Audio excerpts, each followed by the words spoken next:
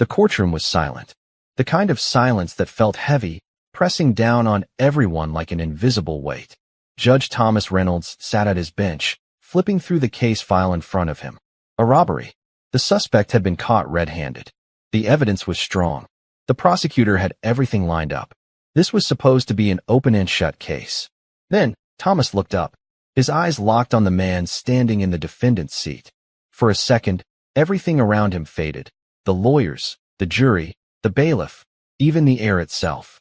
The man standing before him, in handcuffs and an orange jumpsuit, wasn't just any criminal. It was his childhood best friend, Ethan Carter. Thomas's breath caught in his throat. His hands gripped the gavel so tightly his knuckles turned white. The memories hit him all at once, running through the neighborhood as kids, playing baseball until the streetlights came on, sharing dreams about the future. But now, Ethan was here, on trial, for a crime that could send him away for years. Thomas's heart pounded in his chest. Did Ethan recognize him? Did he remember the boy he used to call his brother? Then, Ethan lifted his head. Their eyes met, and Ethan's face changed. Shock, pain, and something else. Regret. The room seemed to shrink. The air felt too thick to breathe. The past and the present crashed into each other, tangled in a moment neither of them could escape. Then, the prosecutor's voice broke the silence. Your Honor, the prosecution is ready to proceed. Thomas barely heard him. How was he supposed to judge this case? How was he supposed to decide the fate of the boy who had once saved his life? And then, just as the weight of it all threatened to crush him, Ethan did something no one expected. He opened his mouth and spoke. What he said made the entire courtroom gasp. The sun was setting, painting the sky in shades of orange and pink, as two young boys raced down the cracked sidewalk of Willow Creek. Come on, Tommy. You're too slow. Ethan laughed, looking back at his best friend. Thomas, panting, tried to catch up. Not fair. You got a head start. They were 10 years old, their hearts filled with dreams bigger than their small town. They had plans. Big plans. When we grow up, Ethan had once said, we're going to make something of ourselves. Thomas had nodded. No matter what. That promise had meant everything. Back then, Thomas and Ethan had been inseparable. If one got into trouble, the other was right there beside him. If one had a bad day, the other knew just how to fix it. They had nothing, but they had each other. But the world had different plans. Ethan's home life was rough. His father drank too much. His mother tried her best, but was barely around. Thomas, on the other hand, had parents who loved him, guided him, made sure he stayed on the right path. As the years passed, the gap between them grew wider. By high school, Thomas was excelling. Straight A's, scholarships, a future laid out before him. Ethan was struggling. He skipped class. He got into fights. And then, one day, he was gone. No one knew where he went. He just disappeared. Thomas had searched for him. He asked around. But people either didn't know or didn't care. Eventually, life moved on. Years later, Thomas became a judge, living the life they had once dreamed of together. And now, after all this time, Ethan had returned. But not as a friend. As a criminal. The case against him was strong. The police had caught him breaking into a store in the middle of the night. Security footage showed him taking money from the register. A gun had been found near the scene. It was a crime that carried a heavy sentence. And it was Thomas's job to decide his fate. Ethan's lawyer stood and cleared his throat. Your Honor, my client would like to make a statement before we proceed. Thomas's hands shook slightly as he nodded. Ethan stepped forward. His face was older, harder. But his eyes, they were still the same. The same eyes Thomas remembered from childhood. The same eyes that once held hope. Ethan looked at Thomas, his voice steady but filled with something deep, something raw. I know you, Tommy. Gasps rippled through the courtroom. The jury whispered among themselves. The prosecutor frowned. Thomas felt his pulse quicken. Ethan's lips pressed into a thin line. He looked down for a moment, then back up. And you know me. The room felt smaller. The walls seemed to close in. This wasn't just another case. This was personal. And for the first time in his career, Judge Thomas Reynolds didn't know what to do. Then, Ethan said something even more shocking. Something that turned the entire trial on its head. I didn't do it. The courtroom erupted. Lawyers objected. People whispered. The bailiff called for order. But Thomas barely heard any of it. He could only hear the pounding of his heart. Ethan Carter. His best friend. The boy who had once saved his life. was now standing before him, fighting for his own. And Thomas had to decide, would he believe him, or would he send him away forever? The courtroom buzzed with murmurs, whispers like the rustling of dry leaves in the wind. The air felt thick, pressing down on everyone inside. Judge Thomas Reynolds gripped the edge of his bench, his knuckles turning pale. Ethan Carter, the boy he had once called his brother, stood in front of him, shackled and accused. And now, after years of silence, after vanishing without a trace, he had looked Thomas in the eye and uttered the three words that sent the courtroom into chaos. I didn't do it. The prosecutor shot up from his seat, his face tight with disbelief. Your Honor, the defendant was caught on camera inside the store. The evidence is overwhelming. He had no business being there. Ethan didn't flinch. His jaw tightened, and his eyes locked onto Thomas's. I wasn't robbing that store, Tommy. I was running from someone. A fresh wave of murmurs rippled through the courtroom. The jury exchanged glances. Thomas's grip on the gavel tightened. His mind was racing. If Ethan was telling the truth, then this case wasn't what it seemed. The courtroom doors creaked open, and a man in a black suit walked in, whispering something to the prosecutor. The prosecutor's expression darkened. Thomas straightened in his chair. Enough, he said, his voice cutting through the noise like a blade. This court will have order.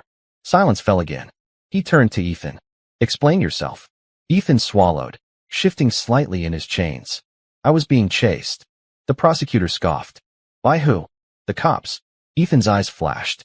No, by the man who set me up. A single, heavy beat of silence filled the room. Thomas felt his stomach drop. This wasn't just a simple robbery case anymore. Ethan continued, his voice steady but edged with something sharp. That night, I was at the store because I was meeting someone. A guy I used to work for. He told me there was a job. Nothing illegal, just a delivery. But when I got there, I saw something I wasn't supposed to see. Thomas frowned. And what exactly did you see? Ethan exhaled slowly. A murder. The room gasped in unison. Even the bailiff, who had stood stone-faced the entire time, blinked in surprise. Thomas's heartbeat thundered in his ears. Ethan's voice was lower now, but strong. I saw a man kill someone. I was supposed to be part of the job, but I had no idea what was really happening. When I saw what went down, I ran. But they chased me. He looked directly at Thomas. I had nowhere to go, so I hid in that store. That's when the police showed up. They thought I was robbing the place, but I was just trying to get away. Thomas's fingers tapped lightly against the bench. This was no longer just about whether Ethan was guilty or not. If what he was saying was true, then somewhere out there, a killer was walking free. The prosecutor leaned forward, his tone sharp. And you expect us to believe this story? That you just happened to be in the wrong place at the wrong time? Ethan's eyes darkened. Believe what you want. But I know what I saw. Thomas studied Ethan closely. He wasn't the same boy he had grown up with. The years had changed him, hardened him. But one thing hadn't changed: his eyes. They held something real, something honest, the kind of truth a man couldn't fake. The prosecutor wasn't buying it. Your Honor, we have video evidence. We have a gun. This man has a history of trouble, and now he's trying to spin a ridiculous story to get out of it. Ethan clenched his fists. The gun wasn't mine. Thomas tapped his gavel once, bringing the room back to order. He turned to Ethan's attorney. Do you have any evidence to support your client's claim? The defense lawyer hesitated. Not at this time, Your Honor. But if given the opportunity, we could. The prosecutor cut him off. This is nonsense. We can't waste time on a fairy tale. He was found at the scene. He had no explanation for why he was there until today. We should move forward with sentencing. Thomas ignored him. He kept his gaze on Ethan, the boy who had once stood beside him on their old neighborhood streets, the boy who had once shielded him from bullies, the boy who had made a promise with him to always have each other's backs. And now, that boy was looking at him, asking for one last chance. Thomas took a deep breath. His job was to uphold the law, to be fair, to seek justice. But justice wasn't always simple. He looked at Ethan one more time. I'm giving your defense 48 hours to produce evidence. The courtroom erupted in protest. The prosecutor slammed his fist on the table. Your Honor. Thomas silenced him with a single glance. The defense will have time to present their case. Court is adjourned until then. With that, he slammed the gavel. As the courtroom emptied, Thomas stayed in his seat, watching as the bailiff led Ethan away. For a brief moment, Ethan turned his head. Their eyes met again. And then, Just before he was taken through the door, Ethan whispered something. Something only Thomas could hear. "They're coming for me, Tommy."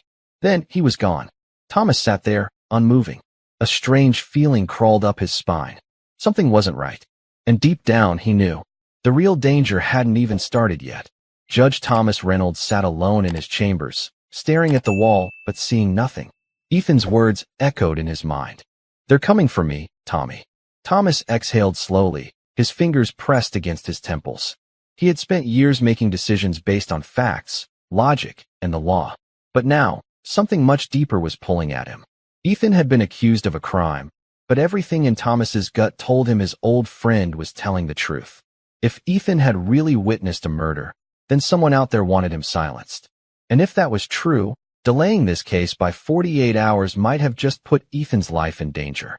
A sharp knock at the door jolted him back to reality. "Come in," Thomas called. The door swung open, and the court clerk, Susan Miller, stepped inside. "Judge Reynolds, there's a Detective Harris here to see you. He says it's urgent." Thomas straightened. "Send him in." Moments later, Detective Harris walked in, his presence filling the room. He was a no-nonsense cop, broad-shouldered, with tired eyes that had seen too much. He didn't waste time. "Judge, I came to talk about your defendant, Ethan Carter." Thomas's pulse quickened. "What about him?" Harris glanced at the door before speaking in a low voice. "There's something off about this case." Thomas leaned forward. "Go on." Harris sighed, rubbing his jaw. "We have security footage of him in the store, sure. But something doesn't add up. The cash register was open when the cops arrived, but no money was missing. And that gun we found, it was wiped clean. No fingerprints. Not even his." Thomas's heart pounded. "Are you saying he might be telling the truth?" Harris hesitated. "I don't know yet. But I do know this. If he's lying, he's a better liar than most. And if he's telling the truth, then someone out there is working hard to bury it." Thomas exhaled. He had been right to give Ethan time. But time might not be enough. Suddenly, Susan knocked again, peeking her head inside. "Judge Reynolds, you might want to turn on the news." Thomas frowned, but reached for the remote. Switching on the small TV mounted on the wall. A news anchor appeared, her face serious. "Breaking news. An anonymous tip has linked the recent robbery suspect, Ethan Carter, to a violent criminal organization. Sources suggest that Carter was not just a thief, but may have been involved in multiple crimes across the city." Thomas shot up from his seat.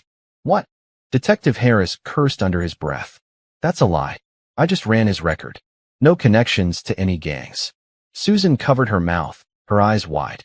"Someone's setting him up." Thomas's grip on the remote tightened. This wasn't just a robbery case anymore.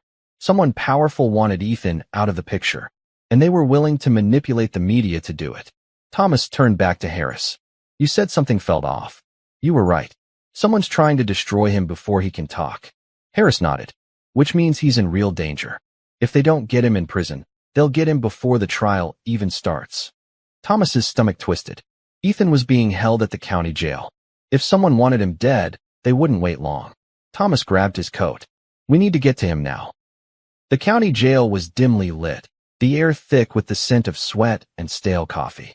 Thomas and Detective Harris hurried through the halls, their footsteps echoing against the cold concrete floors. The warden, a grizzled man named Frank Delaney, met them near the holding cells. His face was grim. "You hear about Carter?" Delaney asked. Thomas nodded. "Is he safe?" Delaney hesitated. "He's alive, but barely." Thomas's blood ran cold. "What happened?" Delaney gestured for them to follow. "See for yourself." They walked past rows of cells, where inmates eyed them suspiciously. At the very end of the corridor, they stopped at a small cell. Ethan sat on the floor, his back against the wall. His face was bruised, blood smeared across his temple. One of his eyes was swollen shut. Thomas gripped the bars. "Ethan." Ethan slowly lifted his head. A weak smile touched his lips. "Took you long enough." Harris turned to Delaney. "Who did this?" Delaney crossed his arms. "Guards found him like this during cell checks. No one saw anything. Cameras were conveniently down for maintenance." Thomas's hands clenched into fists. "Someone's trying to silence him." Ethan coughed, wincing. "They want me dead, Tommy." Thomas turned to Harris. "We need to get him out of here." Harris nodded. "Protective custody. Tonight." Delaney sighed. "I can authorize a transfer, but it'll take a few hours to process." Thomas looked back at Ethan. His old friend was barely holding on.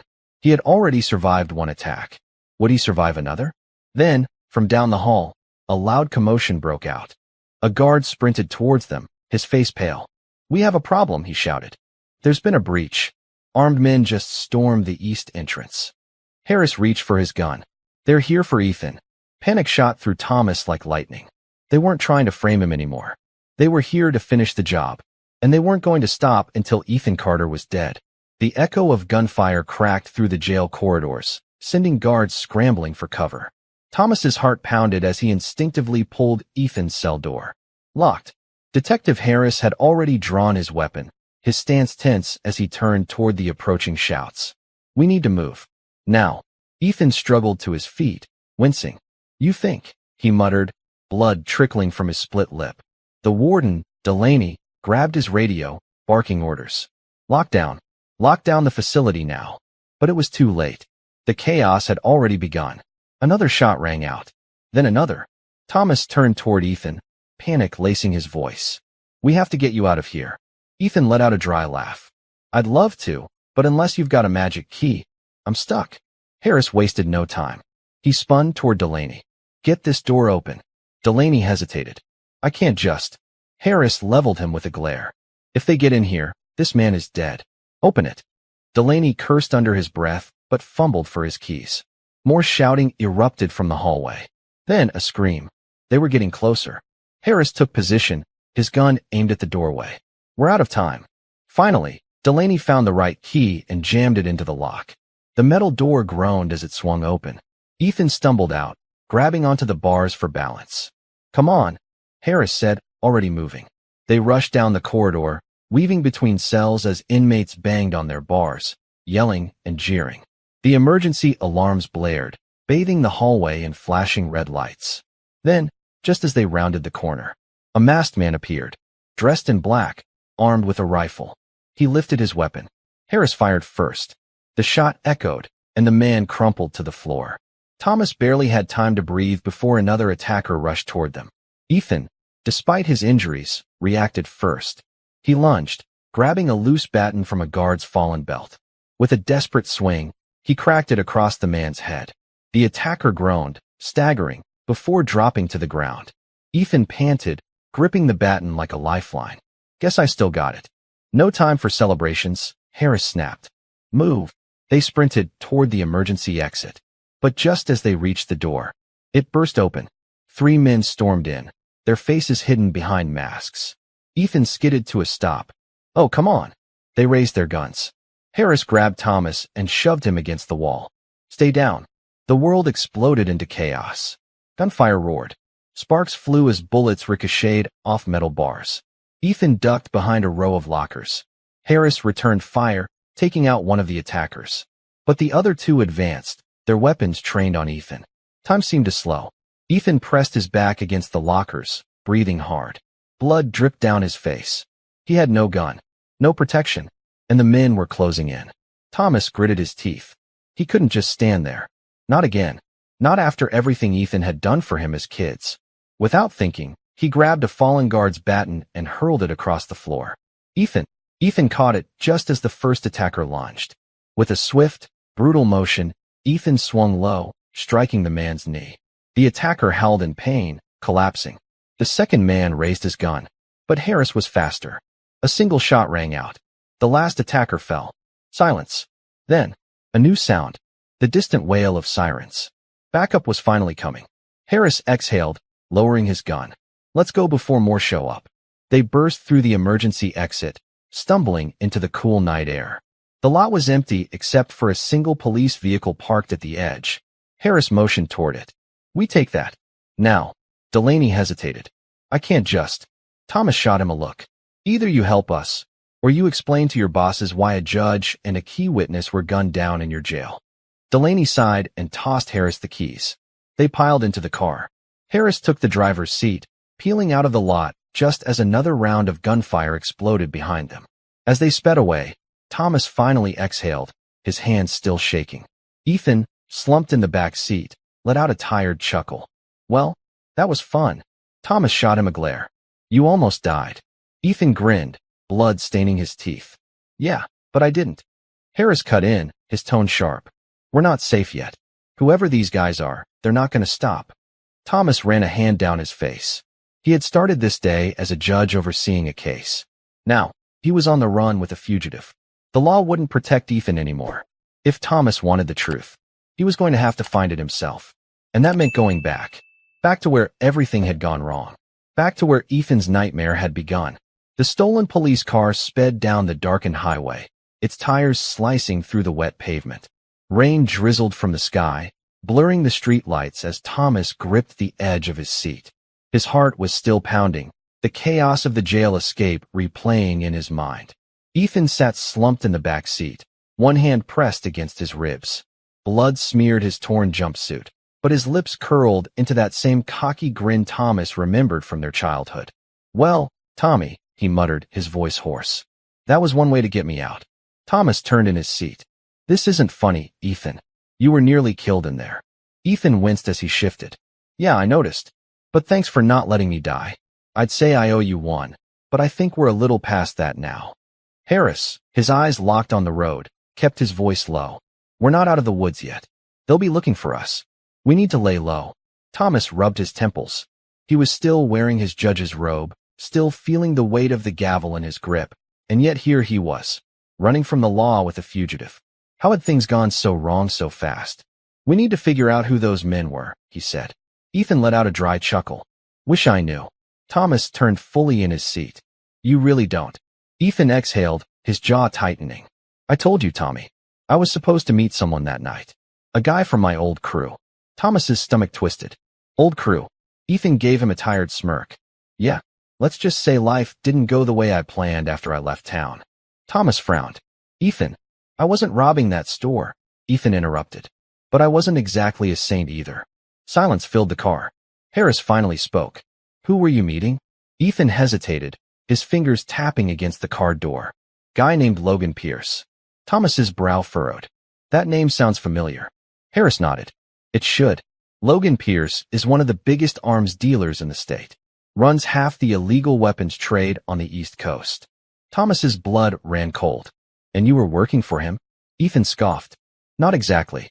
I used to run small jobs for his people. Deliveries, errands, nothing major. But that night, he called me himself. Said he had a big opportunity. He told me to meet him behind the store. His expression darkened. But when I got there, I saw him kill a man. The car was silent again, except for the hum of the engine. Harris tightened his grip on the wheel. Who did he kill? Ethan shook his head. I don't know, but I know it wasn't just some random hit. It was personal. The guy was begging for his life. Thomas swallowed hard. And Pierce saw you? Ethan nodded. He looked me right in the eye, and I ran. Thomas exhaled slowly. So that's why they're after you. Harris grimaced. And now that you're out, they'll be looking even harder. Thomas's mind was already working, trying to piece it all together. Pierce wasn't just trying to silence Ethan. He had the power to twist the story, to manipulate the media, and to control the police. That meant he had people in high places. Thomas turned back to Harris. Do you trust anyone in your department? Harris didn't answer right away. Then, he let out a heavy sigh. A few. But if Pierce has people inside, we have to assume they know Ethan escaped. If we reach out to the wrong person, we're dead. Ethan leaned his head back against the seat, closing his eyes. Great. So what's the plan? Just keep driving till we hit Canada? Thomas clenched his jaw. No. We go after Pierce. Ethan's eyes snapped open. Excuse me. Harris shook his head. Judge, that's insane. We don't even know where he is. Thomas's voice was firm. Then we find out. Ethan let out a short laugh. Man, I remember when you were the careful one. Thomas ignored him. If we can get proof, if we can connect Pierce to the murder, then Ethan's case falls apart. The robbery charges won't matter if we can prove the real crime. Harris exhaled. You're talking about taking down one of the most dangerous criminals in the state. Thomas nodded. You have a better idea? Silence. Then, Ethan smirked. Well, if we're going after Pierce, I know exactly where to start. Thomas frowned. Where? Ethan stretched, wincing at the pain in his ribs. We pay a visit to an old friend. The night was darker in the abandoned warehouse district. The car pulled up near a rusted chain-link fence, the headlights flickering against the rain-slicked pavement. Ethan groaned as he climbed out of the back seat. Man, I hate this place. Harris scanned the surroundings, his hand near his gun. Who are we meeting? Ethan sighed. His name's Benny Greer. Used to be one of Pierce's guys. Ran a chop shop out of here for years. But he got out mostly. Thomas raised an eyebrow. Mostly. Ethan shrugged. Benny likes money. If Pierce needs something done, he's not above taking the job. But if we're lucky, we can make him talk. Harris muttered under his breath. I hate relying on criminals. Ethan grinned. Welcome to my world. They made their way toward a large warehouse. Its windows shattered, the metal doors rusted with time. Ethan knocked twice, then 3 times fast. Silence. Then, a slot in the door slid open. A pair of suspicious eyes peeked through. Who the? Then, recognition. Ethan. The door unlocked, creaking open. A wiry man in his late 40s stood there, his face pale. What the hell are you doing here? Ethan smirked. Nice to see you too, Benny. Benny glanced behind him nervously. You shouldn't be here. Everyone's looking for you. Thomas stepped forward. Then you already know why we're here. Benny eyed him, then Harris. Who the hell are these guys? Ethan leaned against the doorframe. A judge and a cop. Benny paled. Oh no. No way. I don't need this heat, Ethan. Ethan's smirk vanished. His voice was cold. You owe me, Benny. Benny swallowed hard. Thomas stepped forward. We just need information. Where's Pierce?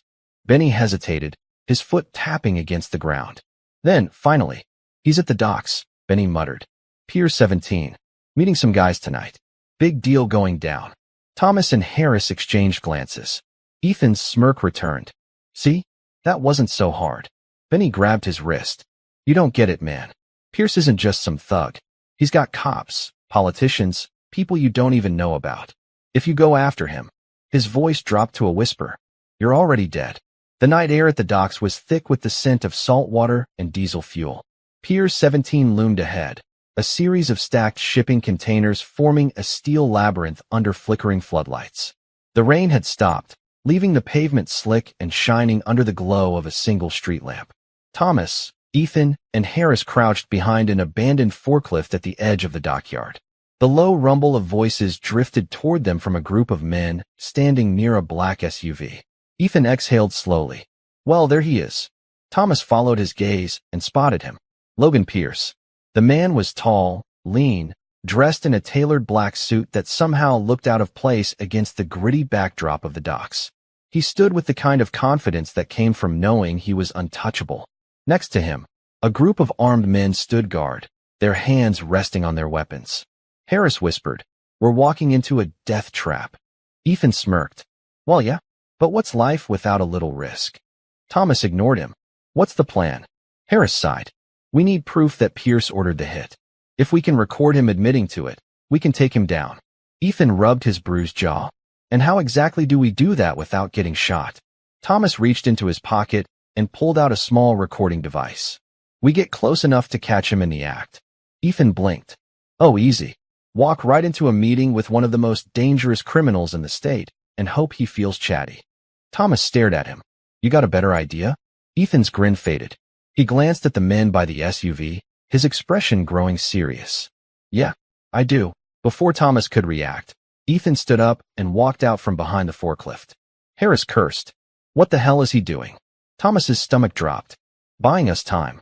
Pierce's men noticed him immediately. One of them raised a gun. Hey. Ethan lifted his hands, smirking. Relax, boys. Just thought I'd drop by. Pierce turned slowly, his expression unreadable. Ethan Carter. His voice was smooth, almost amused. I thought you were locked up. Ethan shrugged. Yeah, funny thing about that. Seems I made some new friends. Pierce chuckled. And yet, here you are alone. Ethan took a few steps closer. What can I say? I missed you. Pierce's smile didn't reach his eyes. Brave of you to show up here. After what you did. Ethan tilted his head. Oh, you mean seeing you kill that guy? Yeah, about that. Pierce's face darkened. The men around him tensed. Thomas and Harris stayed hidden, listening through an earpiece connected to the recorder in Ethan's pocket. Harris whispered, If he doesn't get him to talk, this is all for nothing. Thomas clenched his fists. Ethan, still smirking, took another step forward. You know, I've been thinking. Maybe I should just forget about that whole murder thing. Just let it go. Pierce studied him for a moment, then smiled. That's the smartest thing you've said all night. Ethan chuckled. Of course, there's still the little problem of me being a loose end. Pierce's smile faded. Yes, that is a problem. Ethan spread his arms. So what's the plan? Kill me here? Bury me in one of these containers. Pierce's eyes glinted with something dark. That depends. Ethan raised an eyebrow. On. Pierce took a slow step forward. On whether you tell me who helped you escape. Thomas's breath caught in his throat. Harris tensed beside him. If he gives us up, we're dead. Ethan didn't flinch. Come on, Logan. You really think I'd rat someone out? Pierce studied him for a moment. Then he smirked. No, I don't. And before Ethan could react, Pierce pulled a gun and shot him. The sound shattered the night. Thomas's world slowed. Ethan staggered back, a sharp gasp escaping his lips as blood bloomed across his side. His knees buckled, and he collapsed onto the wet pavement. Thomas moved before he could think. Harris grabbed his arm. Judge, wait. Too late. Thomas bolted from cover, his heart hammering in his chest. Pierce's men saw him instantly. Shouts erupted. Guns raised. Harris cursed and opened fire. Chaos exploded. Thomas skidded to his knees beside Ethan, pressing his hands against the wound. Stay with me. Ethan coughed, his grin weaker now. You always were the dramatic one. Thomas's hands shook. Shut up and don't die. Bullets whizzed past them. Harris took down two men, ducking behind a crate. Pierce, unfazed by the gunfight, simply smiled. Judge Reynolds. Didn't expect to see you here. Thomas glared at him. This ends tonight. Pierce chuckled. You don't have the power to end anything. Harris yelled. Judge, we gotta move. More of Pierce's men were swarming in. They were outnumbered. Thomas gritted his teeth and grabbed Ethan, hauling him to his feet. Come on. Ethan groaned. I liked it better when I was unconscious. They stumbled toward Harris, bullets kicking up sparks around them. Pierce didn't follow. He simply watched, smiling. Then, just as Thomas and Harris dragged Ethan toward the car, an explosion rocked the dock. A shipping container burst open in flames, sending a shockwave through the pier. The force sent Thomas and Ethan crashing to the ground. Harris was yelling, but the ringing in Thomas's ears drowned out everything. He blinked up at the sky, dazed. Smoke billowed around them. And then, a shadow loomed over him. Logan Pierce. Gun raised. A smirk on his lips. Game over, Judge. Thomas's breath caught in his throat. This was it. Pierce pulled the trigger. A shot rang out. But it wasn't Pierce who fell. It was Harris. Blood spread across his chest as he collapsed, his gun slipping from his grasp. Thomas screamed. Ethan, still weak, reached for the fallen gun. But Pierce stepped on his hand, pressing down hard. Ethan gritted his teeth, pain flashing across his face. Pierce shook his head. You really thought you could win? Thomas clenched his fists. You won't get away with this. Pierce laughed. Who's going to stop me? You? You're nothing, Judge. The law doesn't work against people like me.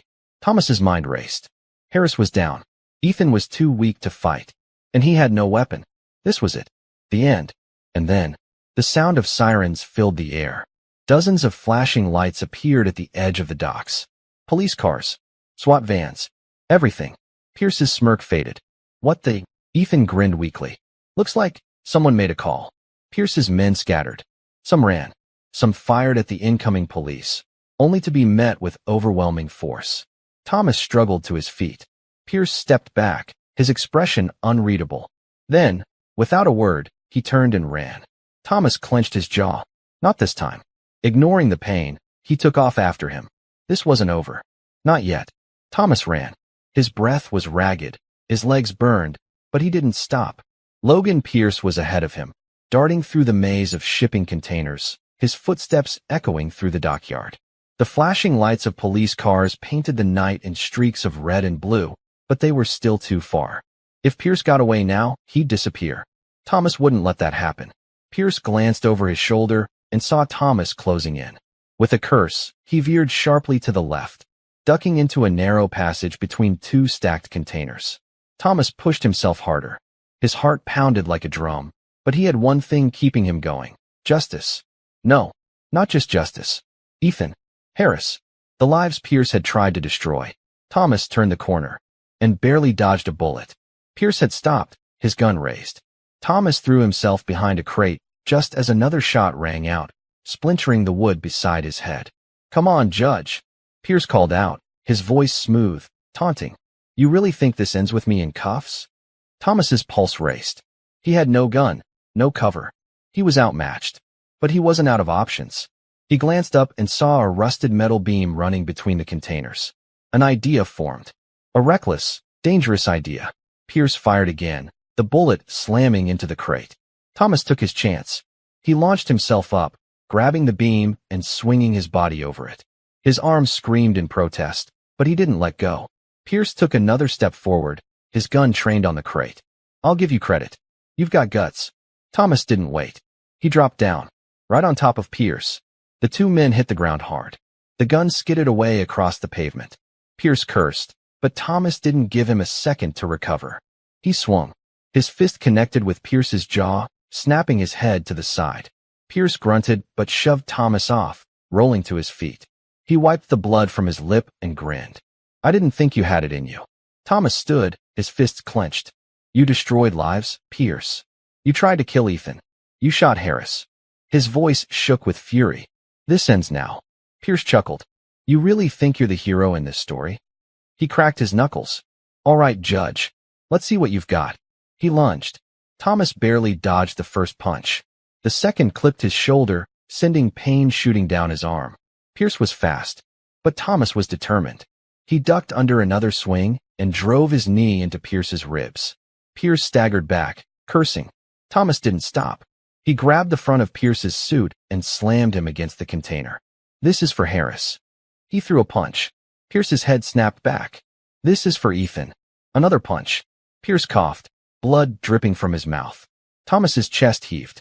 He wanted to end this, to make sure Pierce never hurt anyone again. But he wasn't a killer. He was still a judge.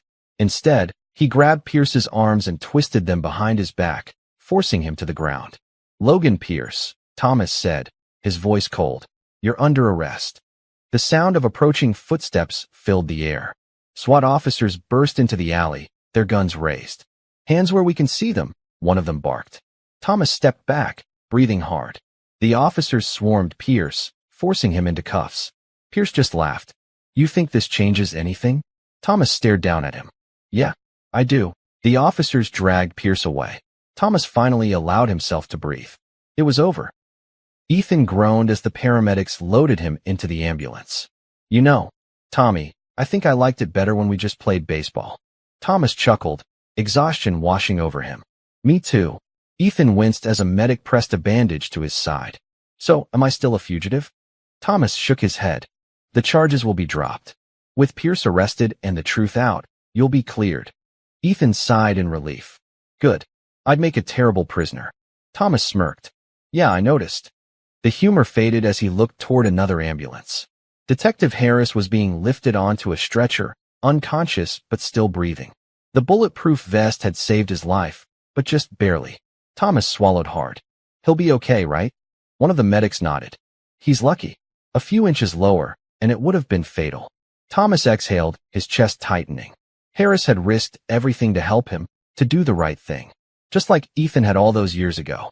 Ethan studied Thomas. So what now? Thomas looked around. The flashing lights, the officers taking statements, the weight of everything that had happened. Then, he turned back to Ethan. I don't know, he admitted. Ethan grinned. Well, if you need a break from the judge thing, I hear running from criminals is a full-time job. Thomas laughed, shaking his head. I think I'll stick to the courtroom. Ethan leaned back against the stretcher, his eyes heavy. You were always the smart one. Thomas watched as the paramedics loaded him into the ambulance. As the doors closed, he knew one thing for sure. Ethan had been given a second chance, and Thomas would make sure he got to use it. Because sometimes, justice wasn't just about the law. It was about doing the right thing, no matter what it took. The city never really slept, but that night, it felt like it held its breath.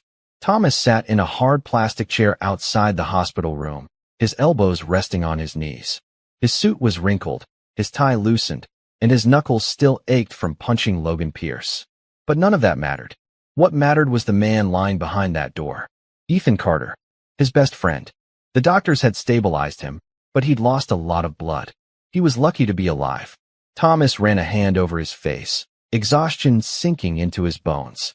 He had spent his entire career believing the law was black and white. Criminals were criminals, justice was justice. But now he knew better. Justice was messy. The sound of approaching footsteps snapped him out of his thoughts. Detective Harris, still wrapped in bandages but walking under his own power, stopped in front of him. Thomas stood. "You should be resting." Harris scoffed. "So should you." Thomas couldn't argue with that. Harris leaned against the wall, his expression unreadable. "Pierce is in custody. Barely spoke a word during processing.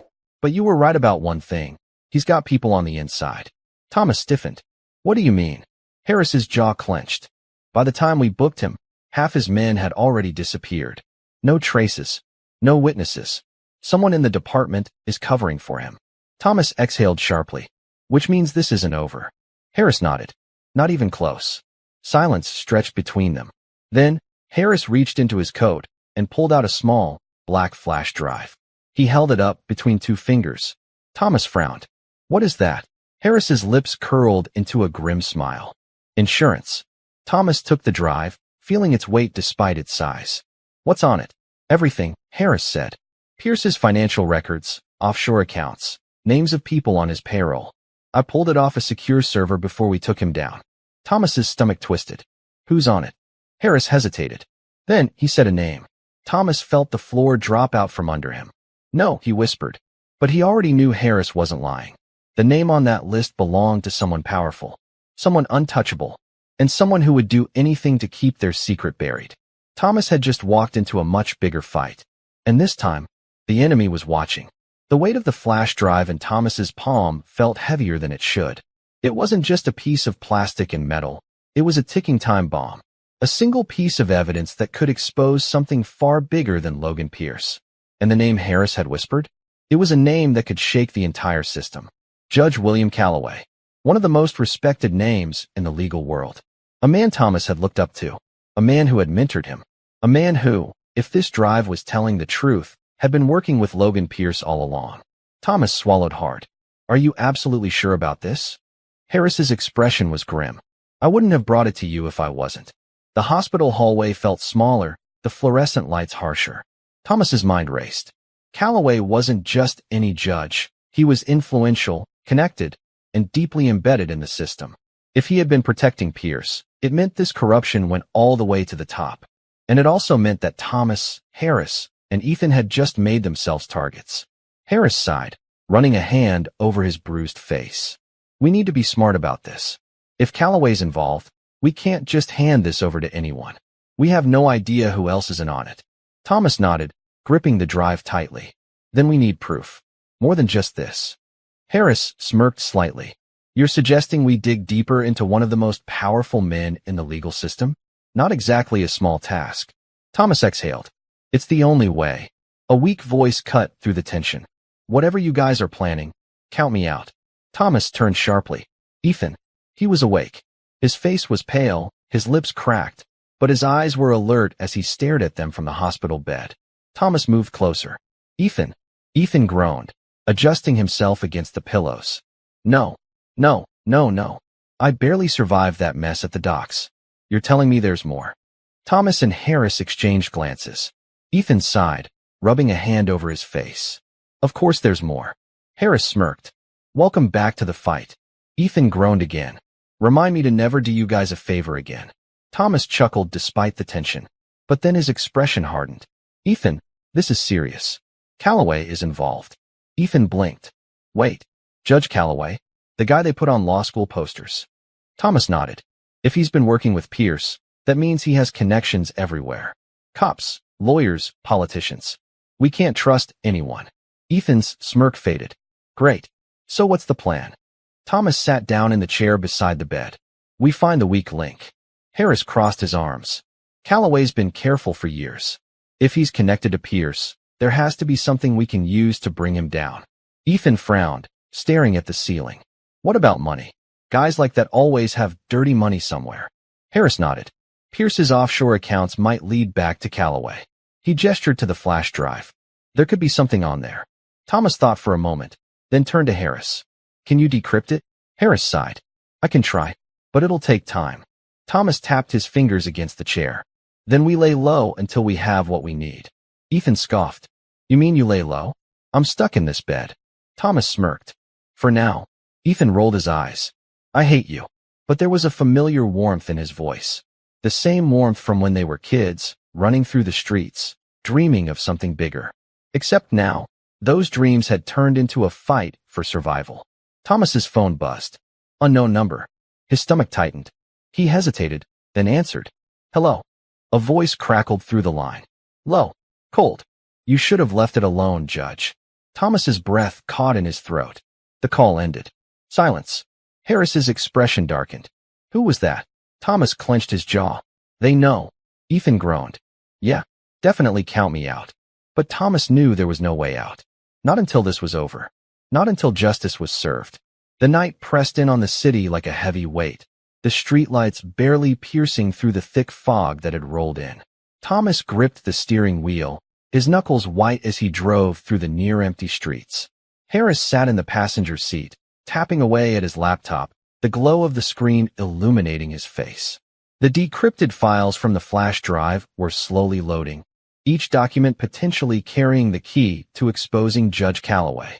Ethan, still recovering, had been left under police protection at the hospital, though Thomas wasn't sure how much he could trust even that. If Calloway had law enforcement on his payroll, there was no telling who might try to silence him. Got something, Harris muttered, his fingers flying across the keyboard. Thomas flicked his eyes toward him. What is it? Harris exhaled. Bank transactions. A lot of them. Offshore accounts, shell companies, money moving back and forth between Pierce's business and Calloway's foundation. Thomas's stomach twisted.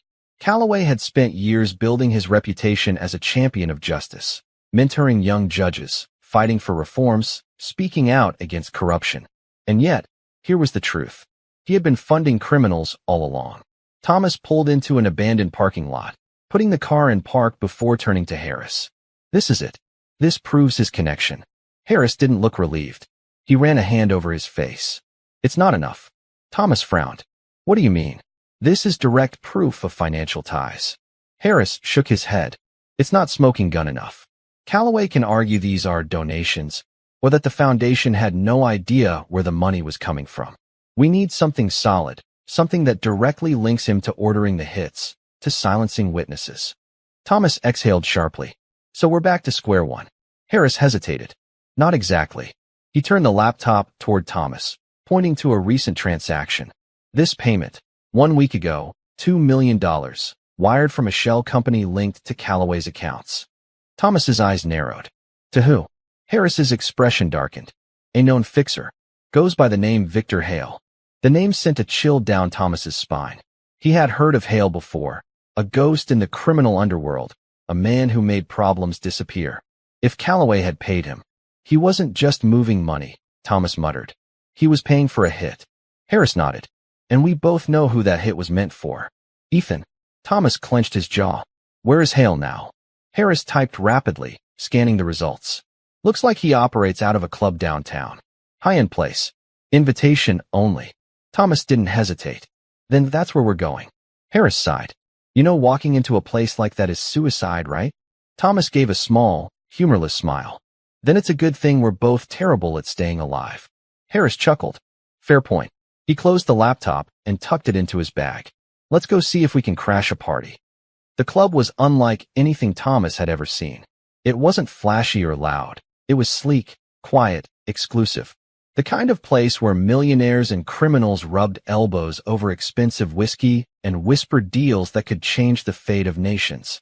A large bouncer stood at the entrance, his arms crossed over his chest. No visible weapon, but Thomas knew better. A man like this didn't need to show his power, it was understood.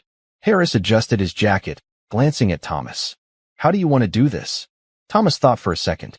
They could try bribing their way in, but with someone like Victor Hale, money wasn't the only thing that mattered. So Thomas did something reckless. He walked straight up to the bouncer and said, Tell Victor Hale Judge Thomas Reynolds is here to see him. Harris muttered, Oh yeah, let's definitely go with the announce our identities plan. The bouncer barely reacted. He lifted a finger to his earpiece, listened for a moment, then nodded. Follow me. Thomas exchanged a look with Harris. That was easier than expected, which meant it was probably a trap. They were led through the club, past velvet curtains and softly playing jazz, to a private lounge at the back. Inside, a single man sat at a dimly lit table, nursing a glass of bourbon. Victor Hale. His suit was immaculate, his hair slicked back, his face smooth and unreadable. He looked up as they entered, smiling slightly. Judge Reynolds. Detective Harris. I've been expecting you. Harris sighed. Yeah, that's never a good sign. Thomas kept his expression neutral. We need to talk. Hale gestured to the seats across from him. Then sit. Thomas hesitated for half a second before lowering himself into the chair. Harris remained standing, his eyes scanning the room for any threats. Hale swirled his drink. I assume you're here about Calloway. Thomas didn't react. You tell me. Hale chuckled. Oh, I like you. No small talk, no games. He took a slow sip, then leaned forward. All right, let's cut to it. Yes, Calloway hired me. Yes, the target was Ethan Carter. And yes, I was paid handsomely for it. Thomas's fists clenched under the table. Then why are you telling us this? Hale smirked. Because you've already stirred up enough trouble that my payment isn't worth the heat. You want proof? You want Calloway's head? Fine. He reached into his jacket and pulled out a small flash drive, setting it on the table. This contains recordings, phone calls, emails, every conversation I ever had with Calloway about his concerns. Thomas stared at it. Why give this to us? Hale's smirk widened. Because the world is changing. And Calloway? He's old news. Thomas studied him. Hale was a snake, but he was a smart snake. He wasn't doing this out of goodwill. He was picking the winning side. Harris reached for the drive, but Hale placed a hand over it. One condition, Hale said. Thomas's jaw tightened. What? Hale's eyes gleamed. You never saw me. You never heard my name. If Calloway burns, I don't go down with him. Thomas didn't like it. But this was bigger than personal feelings. He nodded. Deal. Hale lifted his hand, allowing Harris to take the drive. Then, he leaned back and smiled. Well, gentlemen, I'd say our business is concluded. Thomas and Harris stood. They knew better than to linger. As they left the club, Harris turned to Thomas. We finally got him. Thomas nodded, gripping the drive tightly. Judge Calloway's reign was about to end. But something in his gut told him. The fight wasn't over yet. Thomas and Harris drove through the quiet city streets, the weight of the small flash drive in Harris's hand feeling heavier than it should. This wasn't just a piece of evidence. It was a nuclear bomb. If what Victor Hale claimed was true, this would be the final blow to Judge Calloway. The man who had stood as a pillar of justice for decades. The man who had trained Thomas, mentored him, shaped his career. And the man who had ordered Ethan Carter's death. Harris kept his eyes on the road, but his grip on the wheel was tight. You know he's going to fight this, right? Calloway isn't just some two-bit criminal we can throw in a cell. He's got judges, politicians, cops, all of them in his pocket. Thomas exhaled. Yeah, but this time, we have something he can't bury. Harris nodded, but didn't look convinced. Silence stretched between them until Harris muttered, You trust Hale? Thomas scoffed. Not even a little. Good. Because I don't either. They pulled into an underground parking garage, the dim yellow lights casting eerie shadows on the concrete walls. Harris parked the car and shut off the engine. They needed a safe place to listen to the recordings without being watched. Harris pulled out his laptop, inserting the drive. A list of files popped up, each one labeled with a date and a brief description. Thomas scanned them. Phone calls, emails, transcripts. And then, one file stood out. Project Gavel, Final Directive. Thomas's stomach twisted. Play it. Harris double-clicked the file. A voice crackled through the laptop speakers. Cold. Calm. Familiar. Judge Calloway. Pierce is getting reckless. If Carter talks, everything unravels. We can't afford that. Make sure it's handled. A second voice responded. Hale's voice. Understood. What about Reynolds? Thomas felt his pulse spike. Calloway's response was chilling. He won't be a problem. He still believes in the system. And when the time comes, if he does become a problem, we'll take care of him too. The recording ended. The silence that followed was deafening. Harris leaned back in his seat, rubbing his face. Jesus. Thomas stared at the screen, his hands clenched into fists. Calloway hadn't just been working with Pierce. He had been orchestrating everything. Framing Ethan. Ordering hits. And if Thomas had made one wrong move, he would have been next. Harris exhaled. This is it. We have him. Thomas nodded, his mind racing. We need to take this straight to the Attorney General. Harris shut the laptop. Agreed. But we need to move carefully. If Calloway catches wind of this, he'll use every resource he has to shut us down. Thomas's mind snapped to Ethan. He was still at the hospital. Vulnerable. He pulled out his phone and dialed. It rang once. Twice. Then. Nothing. No answer. Thomas's chest tightened. Something's wrong. Harris was already moving. Let's go. The hospital was chaos. As soon as Thomas and Harris arrived, they saw the flashing lights of police cars and the frantic movements of doctors and nurses. Thomas pushed his way inside, his heart pounding. Ethan Carter, where is he? A nurse looked at him, her face pale. He's gone. Thomas felt the world tilt. Gone. Harris stepped forward. Define gone. The nurse swallowed hard. A man in a police uniform came in, said he was transferring Carter to a secure location. Had the paperwork. We didn't question it. Thomas's blood turned to ice. Did anyone verify it? The nurse hesitated. Harris cursed under his breath. Damn it. Thomas grabbed the edge of the counter, his breathing sharp and uneven. How long ago? Maybe 20 minutes. Thomas turned to Harris. They knew we had the evidence. Harris nodded grimly. And now they have Ethan. Thomas clenched his fists. We're not letting them get away with this. Harris looked at him, his eyes dark with determination. Then we need to move. Fast. They had proof of Calloway's corruption. But now, Calloway had something on them. Ethan. And if they didn't act soon, he wouldn't live to see the morning. The city stretched before them, a maze of lights and shadows, hiding secrets in its alleys and backrooms. But tonight, Thomas Reynolds wasn't going to let those shadows win. Ethan was in danger. Judge Calloway was behind it. And Thomas had run out of patience. Harris gripped the steering wheel as their car sped down the freeway, the tires skidding slightly as he took a sharp turn. We need to figure out where they took him. Thomas's mind was racing. Calloway wouldn't have risked taking Ethan to a public facility. He was too smart for that. No, if he wanted Ethan silenced, he'd take him somewhere off the grid. Somewhere quiet. Somewhere no one would ask questions. Then it hit him. The cabin, Thomas muttered. Harris shot him a glance. What? Thomas turned to him, his jaw set. Calloway has a cabin upstate. He used to take clerks there for retreats. Told me once it was the one place no one could reach him. Harris immediately took the next exit. If you're right, that's where they'll be. Thomas clenched his fists. We don't have time to be wrong. The road to the cabin was long and winding, flanked by tall pine trees that swallowed the headlights. The deeper they drove, the darker it got, the silence pressing in on them like a weight. Then, finally, they saw it. A large wooden cabin nestled in the woods, its windows dark except for a faint glow inside. 2 black SUVs were parked out front. Harris killed the engine. We need a plan. Thomas reached into the glove compartment and pulled out a gun Harris had stashed earlier. He checked the magazine, fully loaded. Harris raised an eyebrow. Didn't take you for the armed type. Thomas's eyes were cold. I wasn't. Until tonight. They moved quickly, silently. Thomas crept toward the side of the cabin, pressing himself against the wooden wall as he peered through a narrow window. Inside, Ethan sat tied to a chair, blood dripping from his temple. And across from him stood Calloway. Calm. Controlled. Holding a gun. Thomas's breath caught in his throat. Ethan lifted his head, his swollen eye barely opening. Man, you guys really need a new hobby. Calloway sighed, almost disappointed. I tried to give you a way out, Ethan. A clean exit. But you had to keep pushing, didn't you? Ethan coughed, smirking despite the pain. Yeah, I get that a lot. Calloway's jaw tightened. I should have had you killed the moment you saw Pierce. Would have saved me a lot of trouble. Ethan shrugged.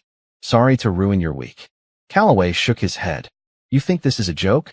The system we built, the power we control, it wasn't made for people like you. Ethan's smirk faded. Yeah, that's the problem. Calloway exhaled sharply, his grip tightening on the gun. Goodbye, Ethan. Thomas didn't think. He moved. The window shattered as he fired. Calloway barely had time to react before the bullet clipped his shoulder, sending him stumbling back with a cry of pain. Harris kicked in the door, gun raised. Hands where we can see them. The room exploded into chaos. Calloway's men lunged for their weapons, but Thomas and Harris fired first, taking down 2 of them before they could shoot. One man charged at Thomas, knocking the gun from his hand. They crashed to the floor, grappling for control. Thomas twisted, driving his elbow into the man's throat. He gasped, staggering back, and Thomas grabbed a broken chair leg, swinging it hard. The man crumpled. Meanwhile, Harris took down the last guard with a precise shot to the leg, sending him howling to the ground. Ethan, still tied to the chair, let out a low whistle. You guys sure know how to make an entrance. Thomas rushed over, cutting the ropes. Can you walk? Ethan groaned, rolling his shoulders. Not well, but I don't want to die here. So yeah, let's go. Calloway, clutching his bleeding shoulder, sneered at them. You think this changes anything? His voice was filled with venom. I own the courts, the police, the politicians. You won't make it past tomorrow. Thomas stared at him. Then, he reached into his pocket and pulled out a small recorder. He pressed play. Calloway's own voice echoed through the room. He won't be a problem. And when the time comes, if he does become a problem, we'll take care of him too. Calloway's face drained of color. Harris smirked. I think your days of owning anything are over, Judge. Calloway lunged for his gun, but Thomas was faster. He kicked it away, sending it skidding across the floor. Then, he grabbed Calloway by the collar, yanking him up. For the first time, Calloway looked afraid. Thomas's voice was steady. Colt, you were wrong about me. Then, he let go, letting Calloway slump to the floor as sirens echoed in the distance. Justice was coming. And this time, it wouldn't be in Calloway's favor. 2 weeks later, the courtroom was packed. Cameras flashed, reporters whispered, and the nation watched as the trial of Judge William Calloway unfolded. The evidence was overwhelming. The money transfers, the recorded conversations, the testimonies of former associates. Every piece of the puzzle fit perfectly. And at the center of it all stood Thomas. Not as a judge, but as a witness. When the verdict was read, guilty on all charges, a collective wave of relief washed through the room. Justice had won. Outside the courthouse, Thomas leaned against the railing, watching as Calloway was led into a police car. Ethan stood next to him, a fresh bandage on his head, but looking much better. So, Ethan said, crossing his arms. We actually did it. Thomas nodded. We did. Ethan smirked. Not bad for a couple of guys who used to play baseball till the streetlights came on. Thomas chuckled. Not bad at all. Harris walked up, shaking his head. If either of you ever get me involved in something like this again, I'm retiring. Ethan grinned. You love it. Harris sighed. I really don't. They laughed, the weight of the last few weeks finally lifting. Ethan exhaled, looking up at the sky. So what now? Thomas looked at him. You tell me. Ethan thought for a moment, then grinned. I hear there's this thing called a normal life. Might give it a shot. Thomas smiled. Sounds like a good plan. They stood there, the city buzzing around them. The fight was over. The system wasn't perfect. It never would be. But tonight, justice had won. And for now, that was enough.